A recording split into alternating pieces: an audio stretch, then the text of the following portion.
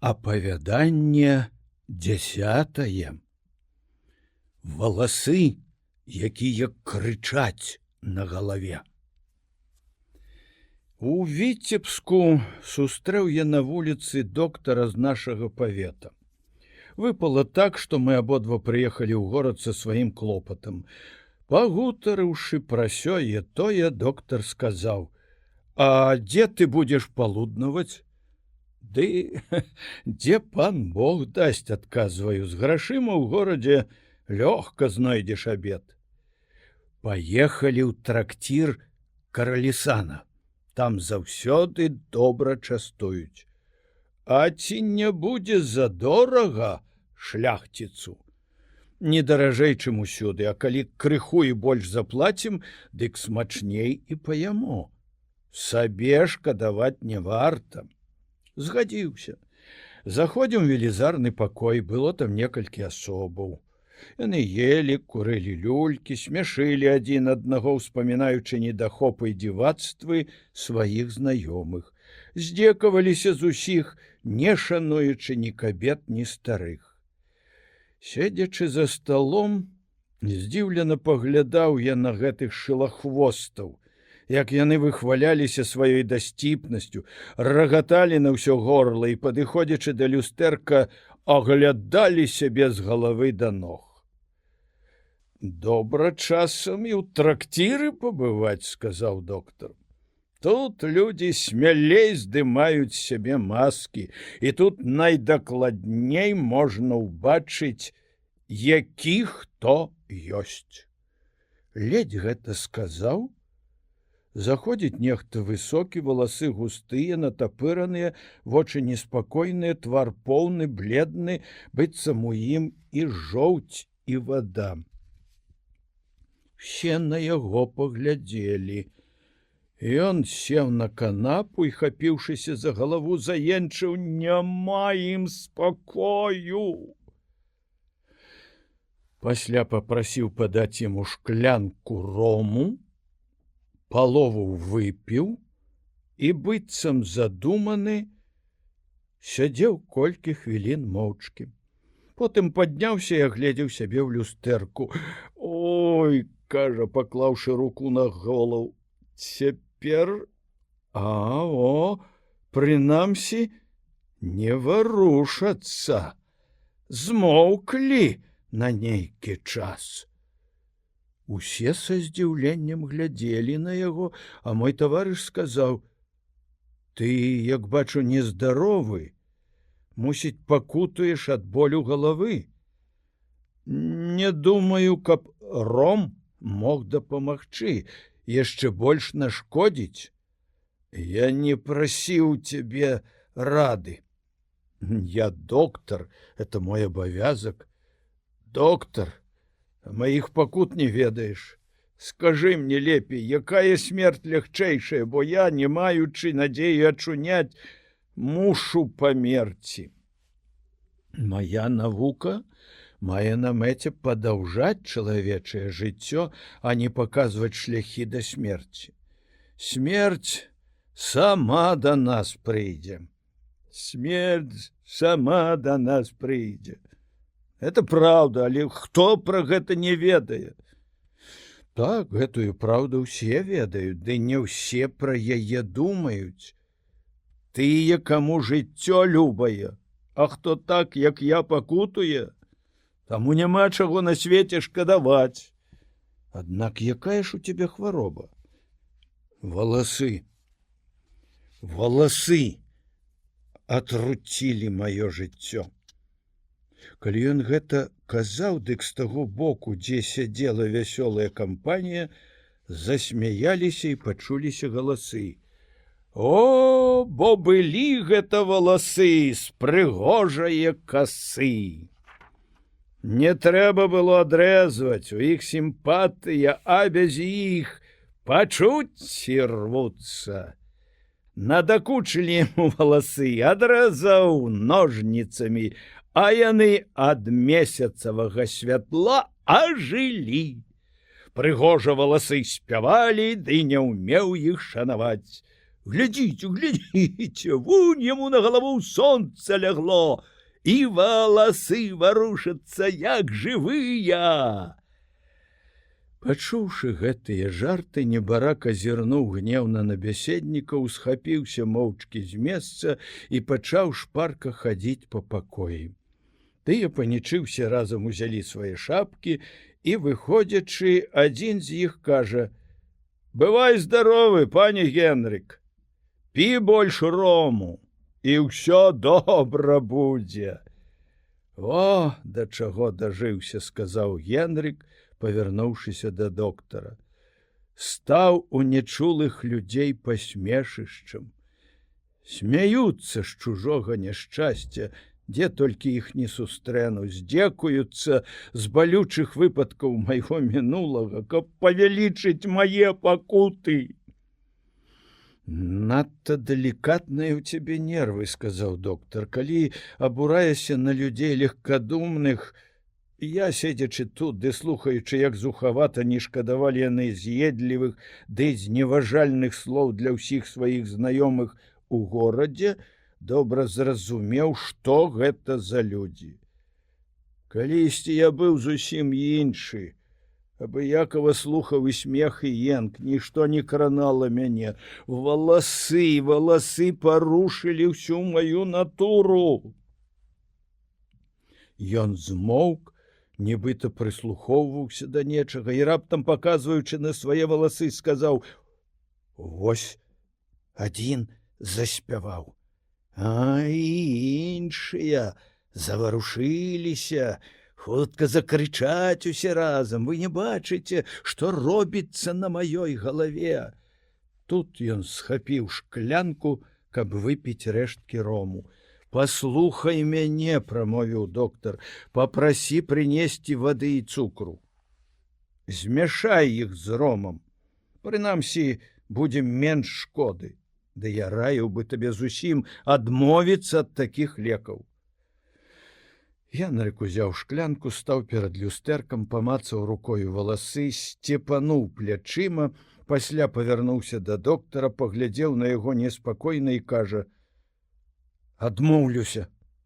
Калі вынайдзеш лепшыя лекі, а першую параду прымаю». І, папрасіўшы падаць вады, выпіў шклянку пуншу. «Раскажы мне пра сваё жыццё. Калі б я ведаў прычыну тваіх пакутаў, мо прыдумаў бы, чым табе дапамагчы. Можа, ведаеш, як вярнуць мінулае? Мінулае вучыць нас, як жыць сёння. Мая хвароба новая, а не простыя людзі інстынктыўна, а не медыкі навукова не знайшлі зёла, каб яе вылекаваць. Аднак бачу, што ты шчыра хочаш, каб я ачуняў. Дык раскажу пра тое, што выпала мне перажыць. Адзін я быў у бацькоў. У дзяцінстве не зазнаў, каб мне ў чым-небудзь адмовілі. Лёкаі кожнага слова майго слухаліся. Хатні настаўнік выкладаў французскую мову такім чынам, каб я, займаючыся 1 гадзіну, не ведаў аніякае прыкрасці і не затлуміў у сабе вясёлых думак, якія цэняць у свеце больш за адукаванасць. У 15 гадоў бацька завёз мяне на 1 год у Рыгу, каб я там вывучаў нямецкую і французскую мовы у лепшых настаўнікаў, ды каб пабачыў і даведаўся ўсё тое, што спатрэбіцца мне сярод людзей, пра якіх ідзе слава ў свецкіх салонах. Грошай бацька пакінуў больш, чым вымагалі мае патрэбы, і я збіраў там толькі кветкі вясёлага жыцця. Ніхто мне не нагадваў, што ўсё незваротна мінецца. Чалавечае здароўе слабое і зменлівае, а весялосць шчаслівых гадоў нагадвае мроі. Калі вярнуўся з горада дадому, Ад раніцы да вечара бавіў час на ловах. Мой бацька не шкадаваў сродкаў на паляўнічых, хартовых, ганчакоў. Мне было дазволена трымаць столькі лёкаяў, колькі захачу. Былі ў мяне добрыя коні, выпісваў модныя карэты. Праз некалькі гадоў мяне выбралі ад шляхты на пасаду ў нашым павеце. У горадзе знайшоў шмат прыяцеляў. Часта ладзіў у сваім доме вясёлыя забавы, сустракаючы з гасцямі ўзыход сонца пры віне або за картамі. Прайшло 4 гады. Бацькі мае пакінулі гэты свет, і я вярнуўся дадому з намерам заняцца гаспадаркаю. Маёнтак быў увесь у даўгах. З'язджаліся да мяне бацькавы крэдыторы і з пагрозамі нагадвалі пра пазыкі. Суд вымагаў незаплачаныя скарбовыя падаткі за колькі гадоў. Я чуў небяспеку і тады ўпершыню задумаўся пра страшную будучыню. «Трэба табе жаніцца», — сказаў мне сусед. Панна Амелія, дачка камісара, які цяпер кіруе маёнткамі пана, дзяўчына прыгожая, добра выхаваная. Да таго ж я чуў, што мае ў пасах больш за 10 000 срэбных рублёў. Бацька яе назапасіў ніштаваты капітал, займаючы пасаду камісара і упаўнаважанага, а што не ў сваяцтве з тутэйшымі яснавяльможнымі панамі, якія робяць, што хочуць падчас выбараў мясцовых чыноўнікаў. Ты на гэта не зважай. У тваім становішчы трэба грошы, а не фамільныя сувязі, якія, на маю думку, табе не прыдадуцца. Бачу, парада майго суседа слушная. Я згадзіўся з гэтай прапановаю і папрасіў яго дапамагчы. 10 000 срэбных рублёў, а мо крыху менш, было б даволі, каб вызваліць ад прыкрых дамаганняў мой маёнтак. А да таго ж пра вартасці камісаравае дачкі я і раней шмат ад каго чуў. Карацей, паехалі мы з суседам да яе бацькоў. Сустрэўшы першы раз Амелію, сапраўды ўбачыў яе цудоўныя вартасці. Стройны стан.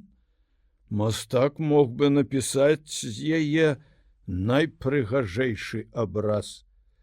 Твар сведчыць пра лагодны характар, у блакітных вачах ціхая меланхолія і нейкія чароўныя мроі. Размаўляючы з ёю пра будучыню і пра зменлівае шчасце гэтага свету, даведаўся. Выхавалі яе так, што пакорліва верыла ў прадчуванні і ў неразгаданыя таямніцы прыроды. Мой сусед адкрыта распавёў яе маці і бацьку пра ўсе патрэбы майго маёнтка. Згадзіліся і бацькі, і дачка. Пасля вяселля я быў найшчаслівейшы з людзей. Прывёз жонку дадому і заплаціў усе пазыкі. Чаму я не даваў веры прадчуванням?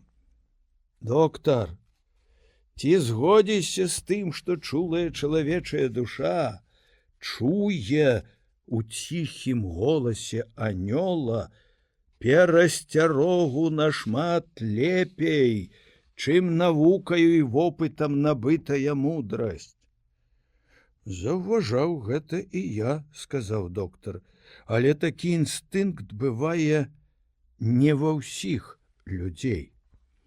Чаму ж я не хацеў верыць сэрцу чулая Амеліі? А што здарылася і чым гэта ўсё скончылася? 3 гады мы былі шчаслівыя абое, хоць розніца асобных нашых думак і ўяўленняў і нараджала часам спрэчкі, аднак заўсёды ўсё сканчалася спакойна. Калі Амелія бачыла маю ўпартасць, хутка знаходзіла іншую тэму, абы толькі ўнікнуць нязгоды. Аднойчы ўвесну, у пагодны вечар мы выйшлі на праходку да блізкага лесу.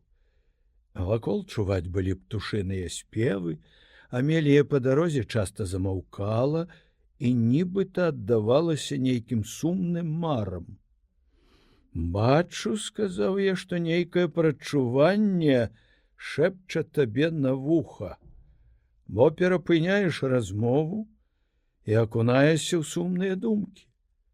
Сапраўды, напаў на мяне нейкі смутак, не ведаю чаму. Спевы салаўёў і зязюль дзейнічаюць на твае нервы?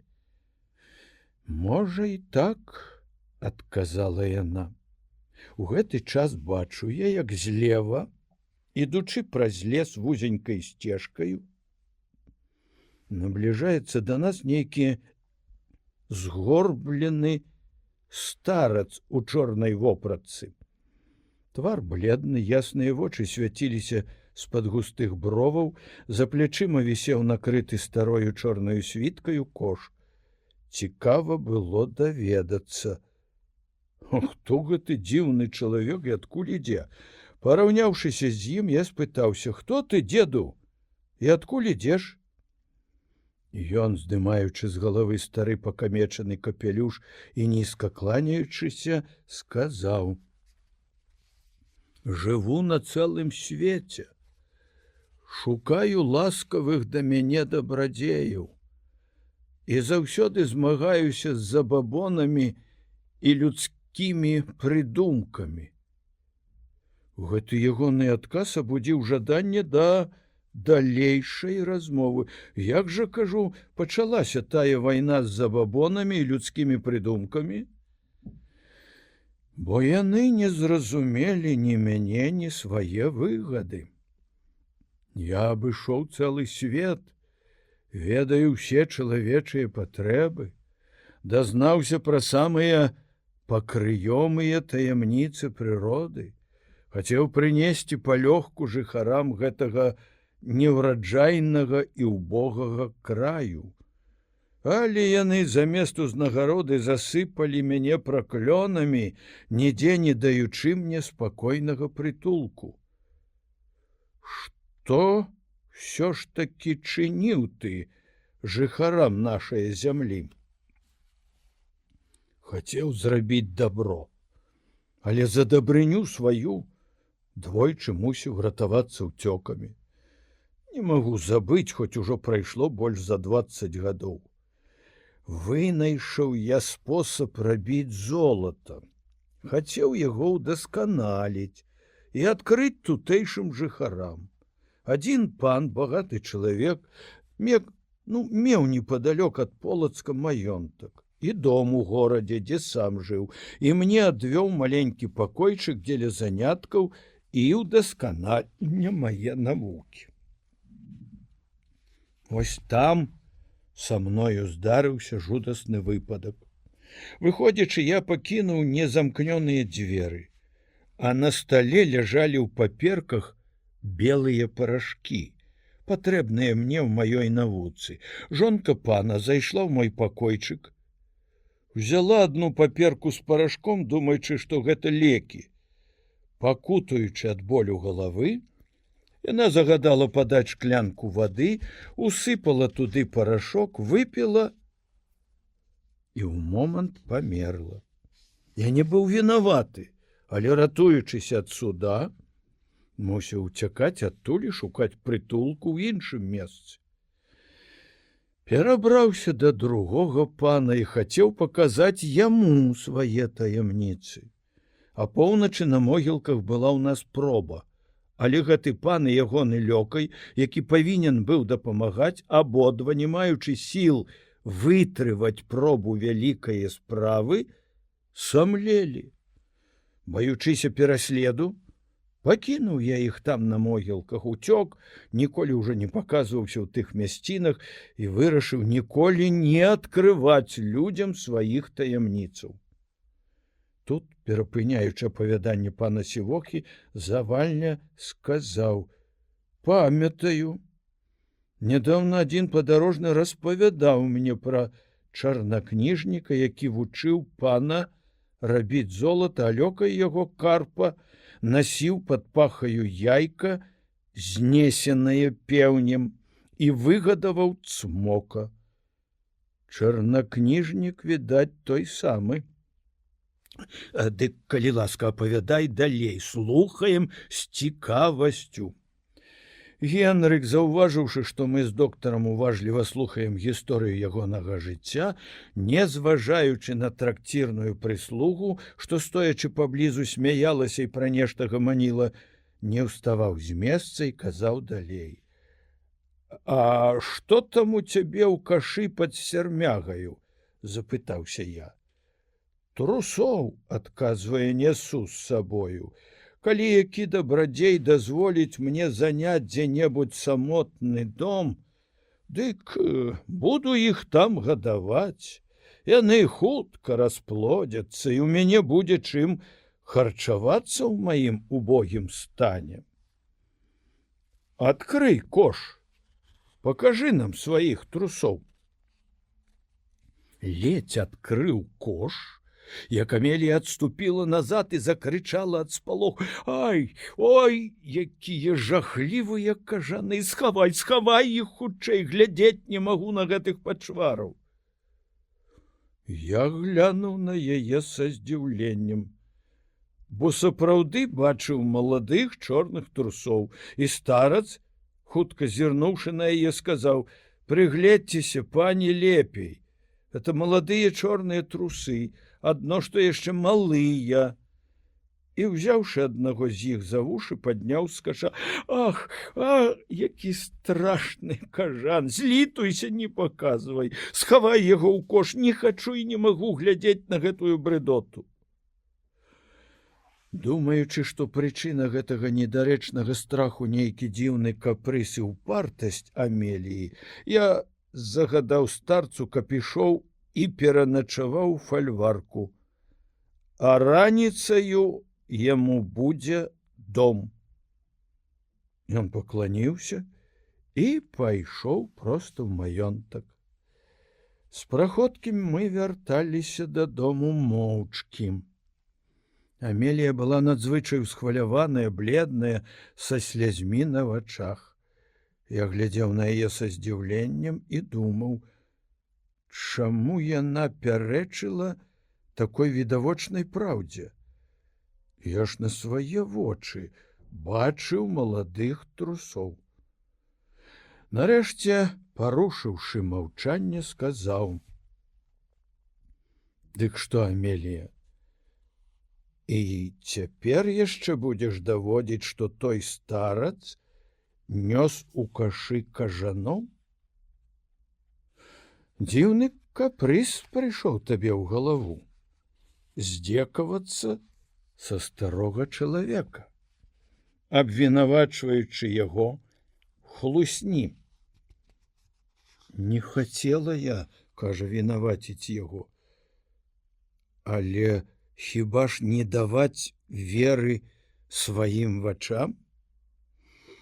Прыкра мне, што ты засмуціла беднага старца, бо заўважыў па яго гаворцы, што гэты чалавек надзелены ад прыроды розумам і адукаваны. Шкада толькі, што нешчаслівы.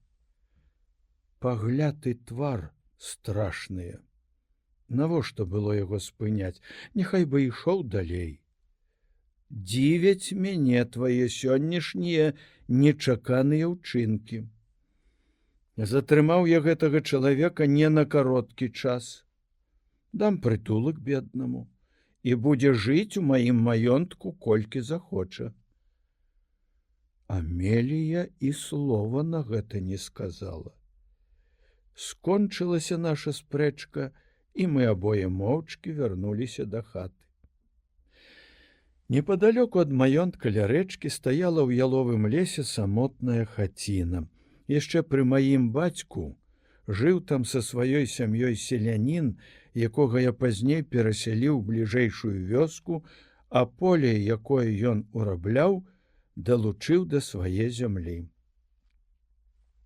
Наступнага дня я прачнуўся рана, прывёў старца ў тую хаціну, каб меў там прытулак на схіле сваіх гадоў.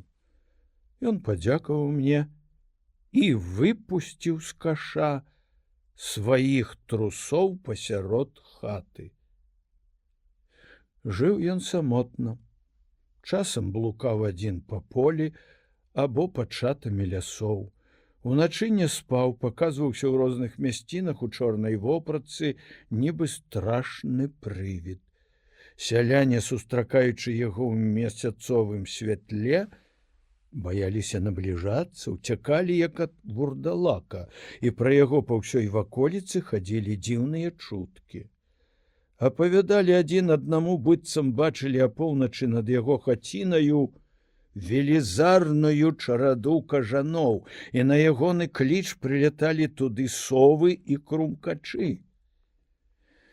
Пачуўшы такія прыдумкі простага люду, я смяяўся, наведваў самотны прытулак старца, часам любіў пагаманіць з ім колькі гадзін, увосень слухаў там, як шумелі старыя яліны над страхою, узіраўся ў ягоны твар, на якім застыла навек вясёлая ўсмешка. На пясчаным пагорку сярод хвояў перад ягоным вакном жыў велізарны выпладак чорных трусоў, якія то хаваліся пад зямлёю, то зноў выбягалі са сваіх нораў. Гледзячы на ўсё гэта, адчуваў я ў сабе перамены, і душу агортвалі змрочныя думкі. Амелія не хацела яго бачыць і не любіла, калі хто-небудзь успамінаў пра яго. Я, наадварот, з прыемнасцю размаўляў з ім, і праз некалькі месяцаў ён атрымаў нада мною такую ўладу, што я верыў усяму, што ён казаў. В канцы верасня, перад самым захадам сонца, заходжу ў старцаву хату. Восеньскі вецер выў за сцяною, ён, успёршыся на рукі, пазіраў на сваіх трусоў, якіх было шмат і ў хаце, і на падворку. Убачыўшы мяне, сказаў: «Дзіўна, за ўвесь той час, як я жыву ў маёнтку пана, наведаўшы ўсе тутэйшыя мясціны, бачыў у гэтых лясах розныя дрэвы, але дубоў тут паблізу зусім няма. Знайшоў за некалькі вёрст адсюль толькі 2 стогадовыя дрэвы гэтыя пароды, а вакол маладыя дрэўцы, якія, я думаю, выраслі з жалудоў, што параскідваў там вецер». «Я зусім не зважаў на гэта», — сказаў я. «Дзеля гаспадарчых патрэб у нас ёсць і іншыя. На ўжытак прыдатныя вясы бяроза. Але што можа быць цудоўней, як бачыць дуброву? Гэтыя дрэвы растуць стагоддзямі. І я раіў бы пану, каб цяпер, увосень, загадаў іх выкапаць і пасадзіць усе на пагорку, які бачыў у парку за азярынаю і на якім дагэтуль не расце аніводнае дрэва. Шмат гадоў трэба чакаць, пакуль яны вырастуць вялікія, і, пэўна, я не пабачу на тым пагорку разлогіх і высокіх дубоў, бо чалавечае жыццё надзвычай кароткае». Ён зірнуў на мяне сурова, так што дрыжыкі прабеглі па целе, як бы здзекуючыся, паўтарыў мае словы: «Чалавечае жыццё надзвычай кароткае. Навошта думаць пра гэта? Пан яшчэ малады, мае добрае здароўе, гадоў 100 жыцьме на гэтай зямлі. І ў засені тых дубоў весяліцца з прыяцелямі. Пакінь сумнявацца, ты чалавек, і ўсё павінна служыць табе». Я паслухаў яго рады Назаўтра загадаў садоўніку ісці да старца, што жыве каля рэчкі побач з яловым лесам, каб той паказаў маладыя дубкі, якія трэба перанесці ў парк і пасадзіць на пагорку. Садоўнік, пачуўшы мой загад, перапалохаўся, змяніўся з твару і сказаў не сваім голасам: «Адкуль тое пану? Дуб не цвіце. І з пладоў яго няма аніякае карысці. Дзеля аздобы парку лепей пасадзіць на пагорку ліпы». «Парады твае не прашу», — сказаў я. «Слухай, што табе загадваю, і выконвай». Ад старых людзей я чуў, што той, хто сее жалуды ці садзіць дуб, і года не пражыве. Калі яшчэ раз, кажу, пачую гэтую лухту, дык загадаю сыпаць табе 500 розгаў. Ідзі рабі тое, што загадана. Садоўнік, баючыся далей пярэчыць мне, выйшаў засмучаны і шукаў выпадку, каб прасіць маю жонку, ці не здолела б яна ўгаварыць мяне адмовіцца ад таго намеру. Увечары, калі я на нейкі час пакінуў дом, ён сам не свой зайшоў у пакой да Амеліі, са слязьмі на вачах укленчыў перад ёю і ўсё расказаў. Калі я вярнуўся, Амелія сустрэла мяне з усмешкаю. «Генрык, чаму ты вырашыў пасадзіць у парку дубы? Я не бачу ў гэтым ні патрэбы, ні аздобы таксама». Бедны садоўнік прыйшоў да мяне страшэнна засмучаны, кажучы, што перасаджваць дубы найвялікае няшчасце, бо гэтае дрэва забірае сілы і скарачае жыццё таму, хто яго вырошчвае. Ведаю, што забабоны ад невуцтва, але ці ж маем мы права жорстка абыходзіцца з людзьмі за тое, што яны цёмныя, бо не адукаваныя. Трэба ўжываць больш лагодныя спосабы, каб адвучыць іх ад дурных забабонаў, бо чыніць несправядлівасць сваім бліжнім — вялікі грэх. «Як бачу, — сказаў я, гневна глянуўшы на яе, — і ты, падобная на садоўніка, падахвоцілася глупствы бараніць, але марнае будзе тваё заступніцтва». «Пэўна, той жахлівы старац даў табе гэтую раду. Дык даручы яму самому садоўнікава месца, і няхай усё тое зробіць сам, бо нічога ж не робіць днямі, адно блукае па полі і лесе. Людзі мае, як хачу, так і будзе». Калі я гэта сказаў, з вачэй Амеліі паліліся слёзы, і яна адразу выйшла ў другі пакой. Садоўнік, пабачыўшы, што яго надзеі не спраўдзіліся, прывёз з лесу маладых дубкоў і пасадзіў на прызначаным месцы. Пасля гэтага ўвесь час быў маркотным. Дарэмна ўсе даводзілі, што дубы не маюць аніякага ўплыву на чалавечае здароўе. Аднак ён сох. Сілы яго пакінулі, і наступныя вясны, як толькі тыя дрэўцы зазелянелі, садоўнік сканаў. Пасля ягонае смерці, калі я апавядаў старцу пра наіўнасць таго чалавека, пра забабоны і пра слабасць яго характару, ён зірнуў на мяне, зморшчыўся, як бы выяўляючы сваю пагарду, і сказаў: «То й добра, не варта шкадаваць. Маючы безліч дурняў, страціў толькі аднаго». Другое злачынства гэтага старца парушыла яшчэ больш згоду і мір паміж мною і жонкаю. Меўся я пабудаваць новы драўляны дом, ды крыху не хапала цэглы на падмурак. Каб папоўніць недастачу, выйшаў я ў поле і, ходзячы там, выбіраў добрае месца на цагельню. Старац, спаткаўшыся са мною, сказаў, паказваючы на могілкі на старую каплічку, якая стаяла на відавоку блізка ад маёнтка: на якім неадпаведным месцы зрабіў нехта гэтыя могілкі. З панскага вакна заўсёды відаць драўляныя крыжы і каплічка. Во ўжо дзе прыкры краявід. Наведваюць пана суседзі. Сярод іх шмат маладых ды вясёлых, а гэтыя крыжы і каплічка ўсё перад вачыма. Кожнага могуць давесці да маркотных думак і меланхоліі. Раіў бы пану прызначыць сялянам месца пад могілкі дзе-небудзь далёка за лесам, каб не так часта чалавечае вока іх бачыла.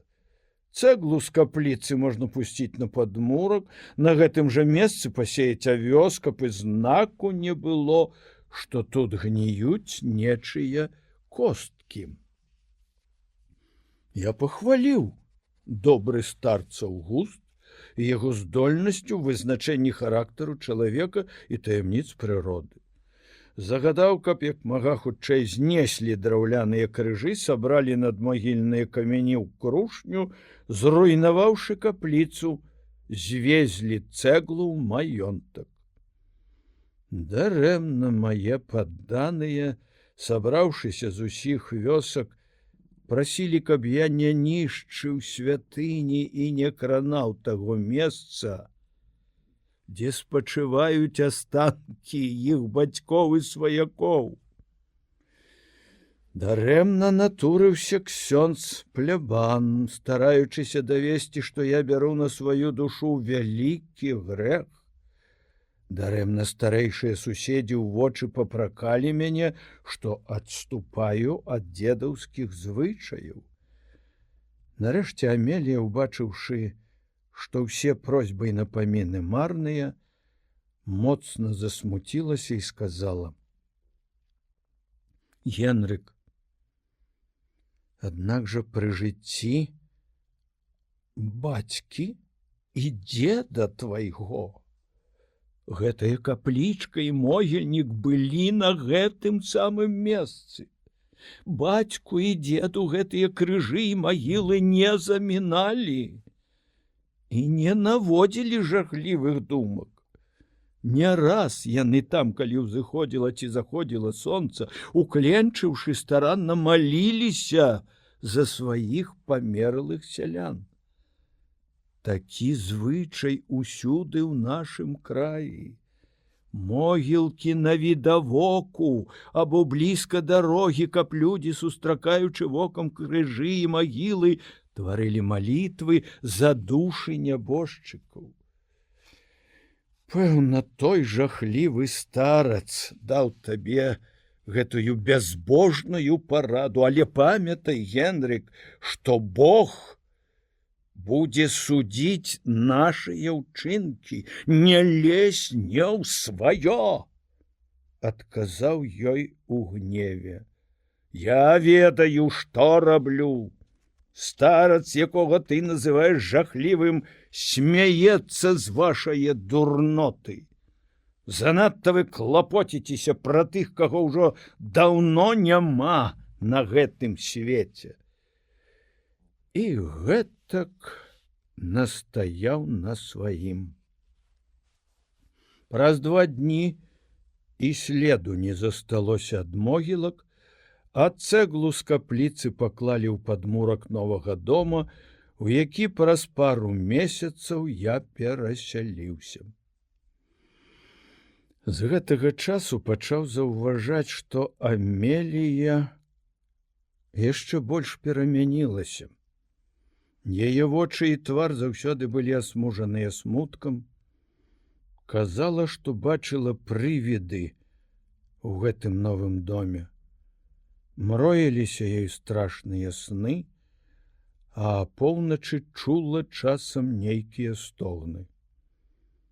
Па колькі гадзін раніцай увечары яна малілася, укленчыўшы, і так змянілася з твару, што знаёмыя ледзь пазнавалі яе цяпер, хоць прайшло ўсяго некалькі тыдняў. Калі я распавядаў старцу пра жончыны пакуты, ён зірнуў на мяне і кажа, ківаючы галавою: «Як, пане, ах, як, пане, яшчэ мала ты ведаеш, што такое кабета. Это адны толькі злосць ды упартасць, бо не можа яна камандаваць мужиком і рабіць паводле свае волі. Паведаміў бы пану адзін сакрэт, але няхай ён лепей застанецца вечнаю таямніцаю мае душы, бо скажуць, што я вінаваты ў вашых нязгодах. Злітуйся, скажы, бо каго ж гэта можа датычыць болей за мужа? Шмат за што ўдзячны пану. Зрабіў ён дабрадзейства, даўшы гэты прытулак старцу, які прайшоў жахлівымі пуцявінамі жыцця праз усе выпрабаванні, навучыўся халодным сэрцам глядзець і заўважаць усе таямніцы людскіх думак і ўчынкаў. Адкрыю пану гэты сакрэт, які ведаю ўжо некалькі месяцаў, нікому пра яго не кажучы. У твае жонкі жывыя валасы на галаве. Не чуў яшчэ ніколі пра такія цуды, не разумею, што ўсё гэта значыць. Дык раскажу спярша, якім чынам я гэта даведаўся. Памятаю, з'ехаліся раз госці ў маёнтак. Дзень быў ціхі і ясны, выйшлі ўсе тады з дому і, цешачыся добрым надвор'ем, гулялі ў полі. З панам ішлі два пажылыя мужчыны. І былі вы вельмі занятыя нейкай размоваю, а панава жонка ішла наперадзе ў атачэнні моладзі, што гамонячы часта пазірала на яе касу. Калі падышлі да гаю, я, схаваўшыся за дрэвам, таксама зацікавіўся, чаму гэта яны так пільна глядзяць на яе касу. Маё вока зоркае, і я заўважыў, што на сонцы валасы ў панавай жонкі рухаліся ў касе і па ўсёй галаве. О! Гэту рэч мусіш, пане, мець на ўвазе, бо ёсць дзівы і чары на свеце. Моладзь заглядваецца, не разумеючы, якою сілаю запалілася пачуццё ў іхніх сэрцах. Хіба можа гэта быць? Спытаўся я. Несумненна. Раскажу пану, якім чынам можна ў гэтым пераканацца. А то не ўсё, што ў яе жывыя валасы. Ёсць яшчэ адзін валасок, які пасля захаду сонца, калі змрок ахутае зямлю, крычыць цэлую ноч аж да белага дня, і таму яна можа заснуць толькі на кароткі час, часта прачынаецца, вечарамі стогне і плача.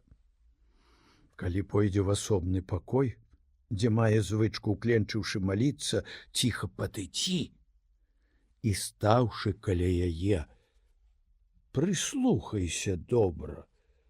А яшчэ лепей паслухай зблізку ў начной цішы, як той волас спявае найгаласней. Я быў невыказна здзіўлены і неспакойны. Вырашыў не спаць всю ноч, абы толькі даведацца праўды.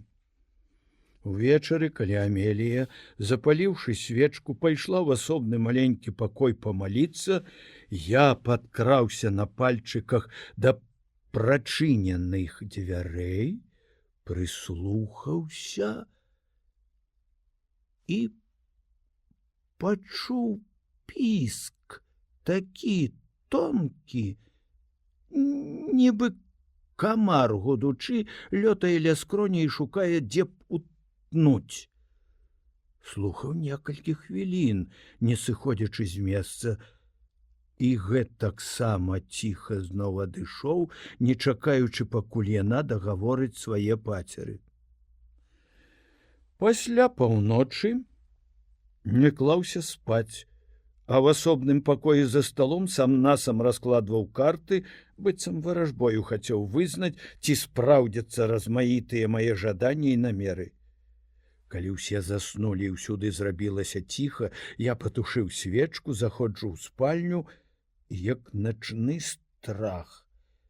В акно там напалову было зачынена, Амелія, стогнучы ў сне, ляжала ў ложку каля ног яе. Падаючы праз квадрат шыбіны, адбілася месяцавае святло, а ў галовах пачуў нібыта піск мухі, што трапіла ў павуціну. Дрыжыкі прабеглі па маім целе, падумаў сам сабе. Вось цяпер дазнаўся праўды. І цэлую ноч і на хвіліну не заплюшчыў вочы. Назаўтра раніцай я прыйшоў да старца і ўсё распавёў яму. Верыш цяпер, пане? Я казаў праўду, прамовіў старац. Але гэта яшчэ не ўсё. Трэба зрабіць так, каб гэтыя жывыя валасы не прыцягвалі да сябе юначых вачэй. Загадай, пане, сваёй жонцы адрэзаць касу. І ўначы, пакуль певень праспявае, прынясі яе да мяне, а я паруплюся, каб ты яшчэ раз пабачыў цуды на свае вочы. Не ведала Амелія і нават не падазравала пра нашу ўмову і пра жахлівыя мае намеры. Сустрэўшы мяне, сказала спакойным голасам: «Што з табою, Генрык?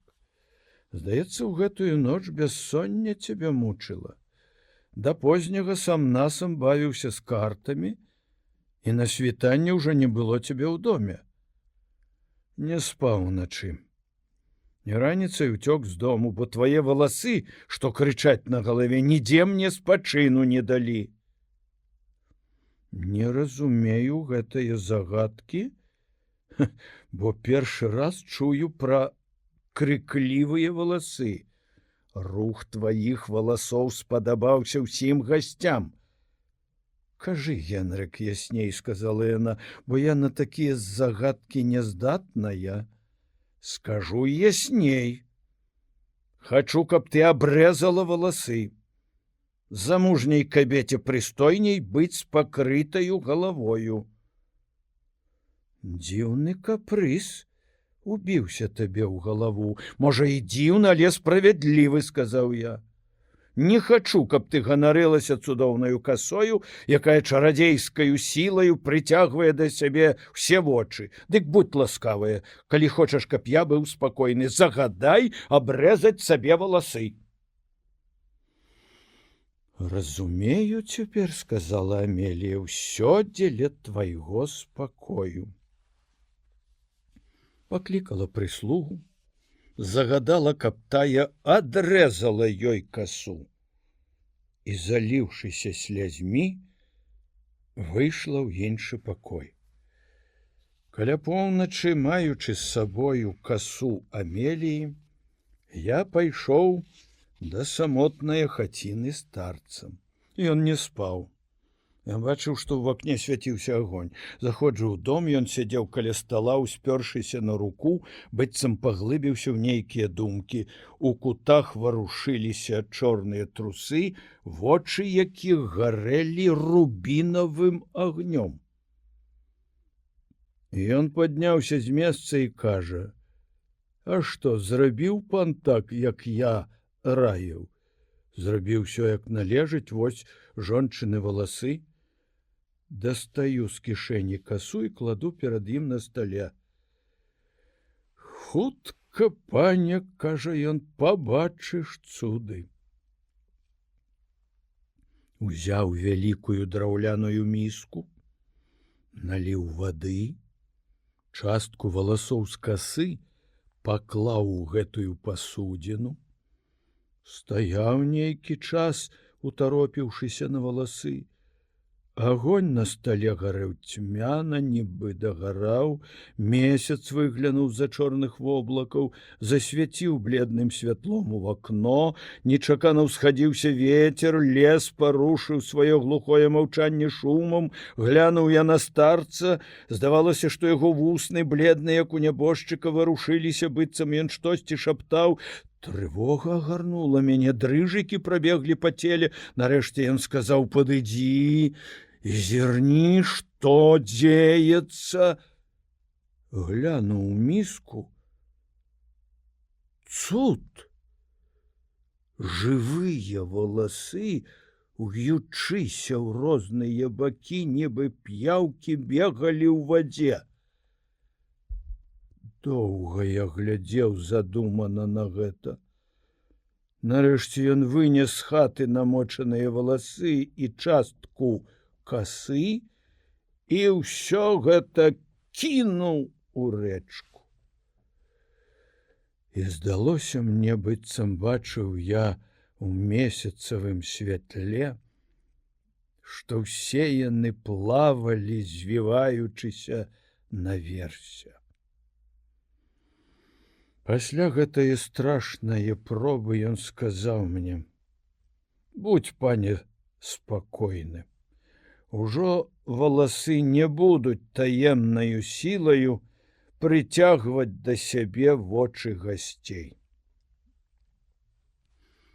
Пасля гэтага майго страшнага ўчынку Амелія доўга ў потай плакала, і здароўе яе з кожным днём горшала.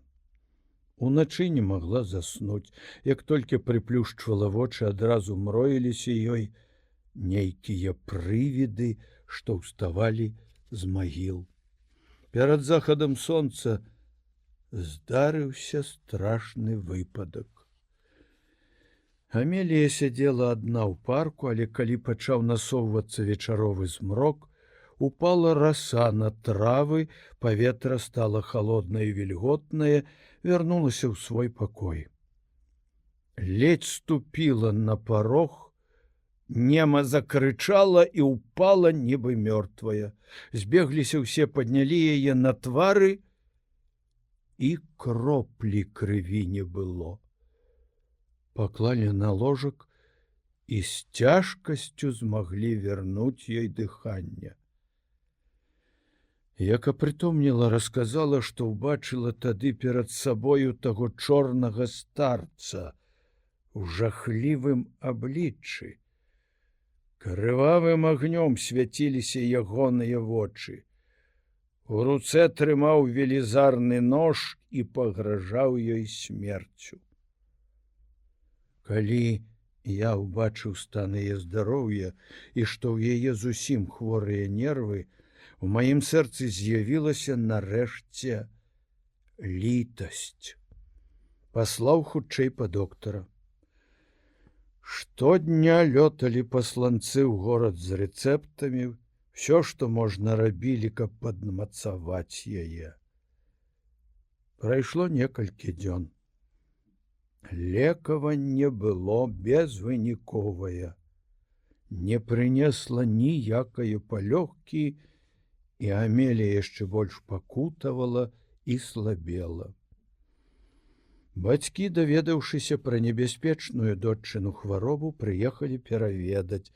Яна хацела, і доктар гэта раіў, каб лекавацца ў бацькоўскім доме. Можа, там хутчэй супакояцца яе думкі, і лекі будуць лепей уздзейнічаць. Пагадзіўся я з гэтым. І Амелія з бацькамі выехала з майго дома, абяцаючы вярнуцца, як толькі дазволіць здароўе. Праз 3 дні атрымаў ліст з чорнаю пячаткаю і ўбачыў там такія словы: «Амелія самотнае сваё жыццё скончыла учора о 5 гадзіне пасля паўдня. Калі гэта прачытаў, знячэўку ўсе валасы на маёй галаве заварушыліся і пачалі страшна крычаць. Люты страх апанаваў мяне. Я нарэшце ўбачыў, да якога няшчасця давёў мяне той жахлівы старац. Хапаю набіты пісталет, бягу з намерам забіць яго на месцы, ледзь адчыніў дзверы. З пустое хаты вылецела велізарная чарада кажаноў. І са страшным піскам пачала кружляць над гэтаю хацінаю і вакол дрэў, а старца і яго трусоў ужо і звання не было. Пакінуў я свой дом. Страшна ў ім жыць, страшна выйсці ў поле і бачыць лугі, пагоркі і лясы, бо там усюды з'яўляецца перад маімі вачыма чорная, як у д'ябла, постаць жахлівага старца. Вось, доктар, споведь майго жыцця. Крыху помаўчаўшы, ён паклаў руку на галаву і, гледзячы ў люстэрка, сказаў: «І цяпер галасы варушацца, крычаць. Ну, ці ведаеш, як дапамагчы мне ў няшчасці?» Доктар, стараючыся яго суцешыць, запрасіў да сябе, даў адрас, і мы з ім неўзабаве выйшлі з тракціра, а Гендрык застаўся там. Праз 2 дні я выехаў з Віцебска і больш яго не бачыў. «Жахлівы старац», — сказаў Завальня. «Ці не той гэта шатан, якому Твардоўскі загадаў ажывіць цела Гугона? З'яўляецца цяпер у розных канцах свету, каб шкодзіць роду людскому. Пра страшнае здарэнне распавёў пан Сівоха. У мяне няма такой добрай памяці», — заўважыў Латышевіч. «Шмат чуў розных аповедаў, але што сёння пачую, тое заўтра забуду». Цыган Базыль. Калі мы так гаманілі, і кожны выказваў пра апавяданні гэтага вечара сваю думку, вецер нечакана пачаў шумець за сцяною ў дрэвах, якія акружалі дом. Дзядзька зірнуў на свечку, што дагарала на падваконні, і сказаў: «Не здарма певень спяваў адразу пасля захаду сонца. Вось ужо і перамена надвор'я, усхадзіўся вецер, і цяпер самае галоўнае, каб ясна гарэў агонь у вакне». Ён падняўся, замяніў свечку і звярнуўся да мяне: «Янка, попрасі пані Мальгрэту, каб прыйшла сюды». Дзіўная гэта кабета. Здаралася ў мяне, як і сёння, што госці апавядалі найцудоўнейшыя гісторыі. Я слухаю, нібыта прыкуты да месца, а яна не мае да гэтага аніякае цікавасці, ды яшчэ гневаецца, не хоча заходзіць у гэты пакой, даводзячы, што не толькі апавядаць, але і слухаць пра д'яблаў і чары грэх. Калі прыйшла пані Мальгрэта, дзядзька прамовіў: «У вас, пані, заўсёды самотная? Не хацела паслухаць цудоўную аповесць, якою нядаўна так прыемна бавіў нас пан Сівоха?»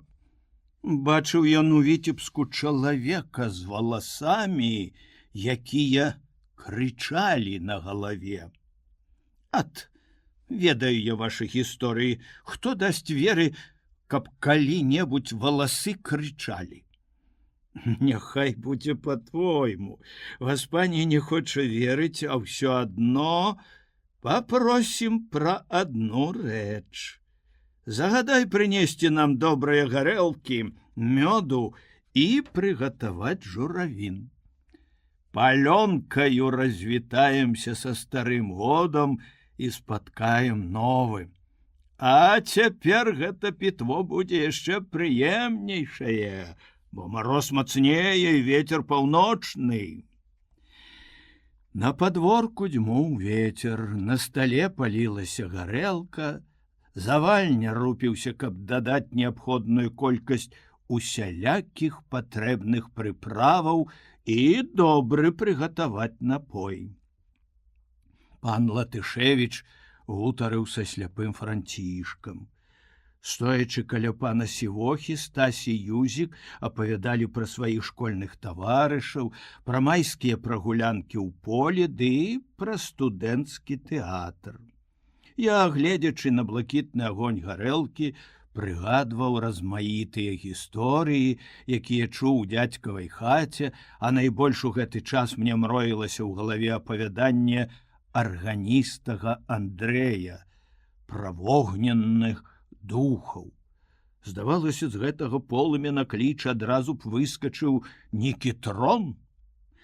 Раптам адчыняюцца дзверы, і заходзіць у пакой мужчына, якога я ўбачыў упершыню. Высокі, смуглатвары, чорнавалосы, вочы як дзве жарынкі, апрануты коротка, як казак, і бізун за поясам з левага боку. «Падаю да ног пана гаспадара Дабрадзея», — абвясціў ён.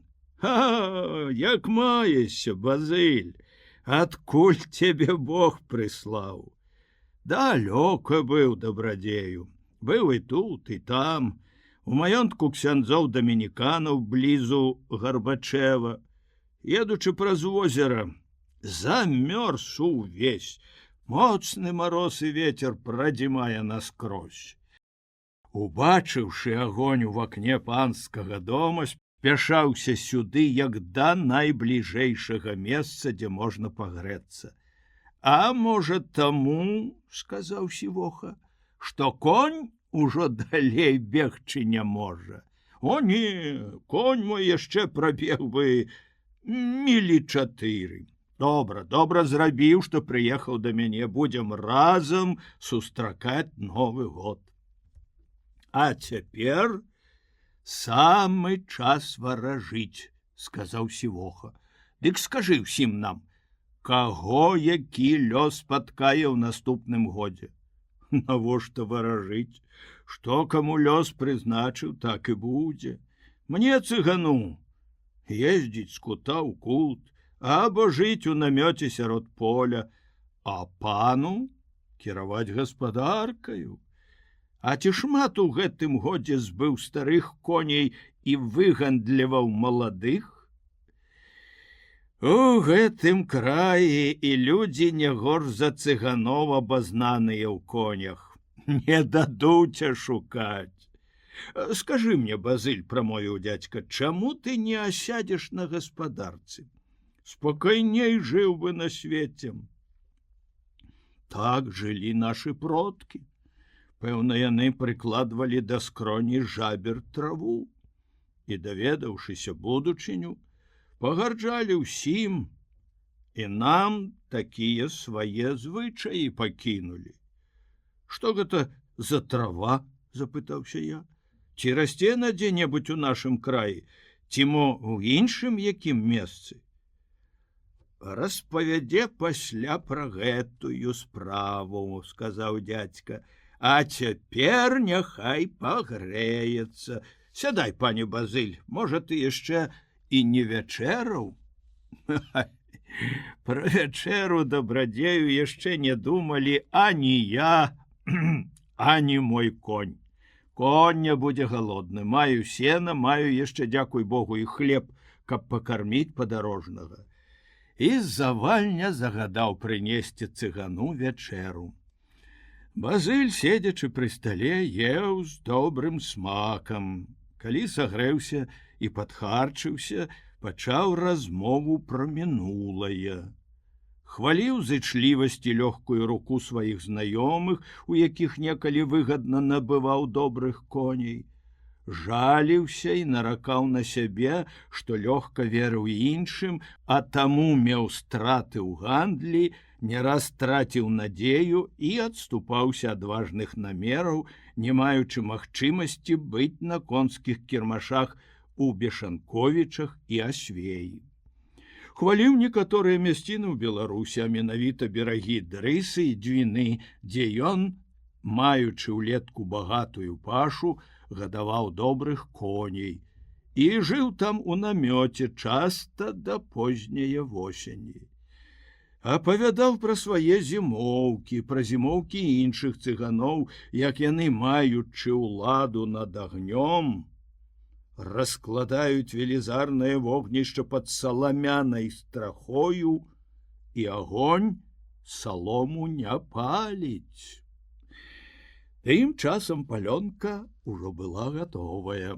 Завальня напаналіваў шклянкі, падвёў да стала сляпога Францішка, паставіў перад ім гарачае пітво і іншых гасцей запрасіў бліжэй. Кожны з іх, каштуючы, хваліў смак і колер палёнкі, якая в святле свечак мела цёмна-рубінавы колер. І тут пачалася размова пра кошт і якасць мясцовых трункаў і замежных вінаў. Як неразумна, сказаў пан Сівоха, прывозіць з Рыгі аракі і замежнае віно, у якое, як я чуў, дзеля смаку немцы дадаюць не вельмі добрыя для здароўя прыправы. І яшчэ дорага за яго плаціць. Лепей выкарыстаць грошы на што іншае. У нас ёсць свае выдатныя на смак і няшкодныя для здароўя напоі. Напрыклад, гэтая палёнка. Хвораму чалавеку можна выпіць шкляначку, не пашкодзіць, а дапаможа. Ад ліхаманкі, ад прастуды ў часе зімовага падарожжа. Адзіныя лекі. Праўда, дабрадзею, сказаў Базыль, трымаючы ў руках напалову выпітую шклянку і пазіраючы ў місу. Беднае наша жыццё цыганскае. Калі марознаю зімою шукаем прытулку пустой будове, дзе няма ні печы, ні столі, а толькі сцены, і ў тых вецер свішча прашчыліны, калі пры вогнішчы курчыцца жонка і дзеці пішчаць, круцячыся з боку на бок, абы толькі бліжэй да цяпла. О, каб даць тады жонцы і дзецям па шклянцы такое палёнкі, забылі б на холад, ім бы салоўкі заспявалі ўзімку, нібы цёплай вясною. Это правда, сказаў пан Латышевіч. А што ж казаць пра нашае сакавіцкае піва, пра мёд трайняк? Летась перад калядамі паехаў я ў горад купіць сёе-тое на розныя хатнія патрэбы. У дарозе заспела мяне лютая бура, у Полацку начаваў у жыда ў халодным пакоі, відаць, таму і застудзіўся. Наступнага дня балела галава і трэсла мяне ліхаманка. Аднак, не маючы часу сядзець спакойна, цягаўся па горадзе і купіў усё, што хацеў. Меў яшчэ інтэрас быць у кляштары езуітаў. Там на калідоры спаткаў мяне айцец Попе, якому быў даручаны нагляд за піўніцаю, дзе ў велізарных дзежках быў выдатны стары мёд. Ён, зірнуўшы на мяне, сказаў: «Чаму ты змяніўся з твару і такі неспакойны. Відаць, нездаровы? Нездаровы, адказваю. Ехаў непагадзь, а цяпер маю халодны пакой у жыда, дык і прастудзіўся. Я вылекую, сказаў ён. Завёў мяне ў піўніцу, наліў велізарны кухаль трайняку. Калі я выпіў, адчуў, што па ўсім целе разлілося цяпло. Выступіў пот, і прастуда прайшла. Прыемныя лекі, сказаў завальням. Але нядаўна Базыль успамінаў пра нейкую дзіўную жабер-траву, якую прыкладаюць да скроні. Тут нешта цікавае. Зрабі ласку, распавядзі нам. Будзем, не марнуючы часу, слухаць. Што такое піва і мёд, ужо даўно ўсе ведаюць. О, жабер-трава шмат паказвае цудаў, і дзіўныя ад яе дзівосы. Перад ёю траціць сілу агонь, чалавечае вока іначай глядзіць на свет і бачыць будучыню. Сказаўшы гэта, цыган пачаў сваё апавяданне.